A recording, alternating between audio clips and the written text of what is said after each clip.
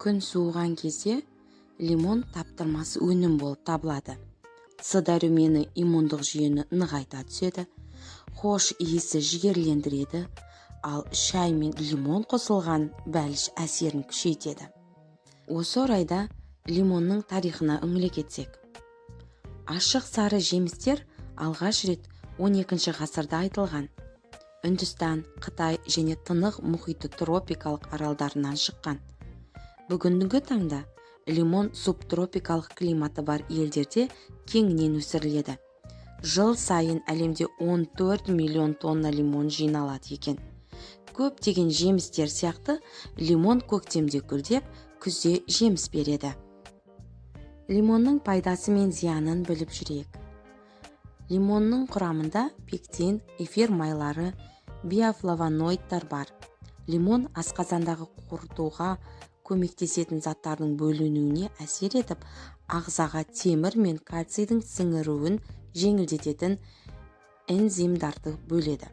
Өзі қышқыл болғанына қарамастан, ол асқазан суларының қышқылдығын төмендетеді. Әрине, лимон құрамындағы С дәрумені жайлы айтпай қоймасқа болмайды. Ол жалпы иммунды жүйені жақсартып, түрлі ауруларға тосқауыл болады. Лимон ағзадан қажет емес кір қоқыстарды шығаруға да көмектеседі. Мысалы, ұзақ уақыт дәрі, антибиотик қабылдасаңыз, лимонның көмегімен бауырыңызды улы заттардан тазартсаңыз болады. Лимон шырыны мен қабығы антисептикалық қасиетке ие. Онымен жараларды сүртіп, ерітіндісімен тамақ шайса болады. Лимон қан құрамындағы холестерин деңгейін төмендетіп, тәбетті ашады.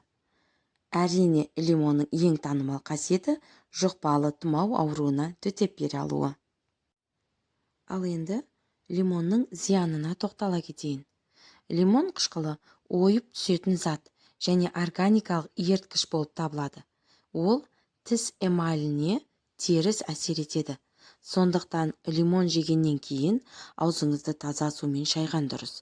Қолдың терісіне лимон шырынын үнемі тигізу саусақтың терісіне де ауырсынуды тудыруы мүмкін.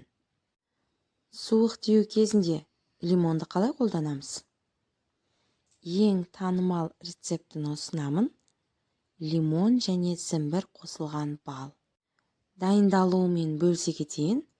Лимондарды жақсылап жуып, қайнаған сумен шайып, қабығымен қоса кесіңіз. Лимон мен зімбірді блендермен майдалап, қоспаға бал қосып, араластырыңыз. Шаймен бірге немесе жылы шайға қосып ішіңіз. Тоңазытқышта сақтаған жөн. Ем болсын. Лимон қосылып жасалынатын қандай да бір рецепт білсеңіз, төменге комментарийға жаза кетіңіз.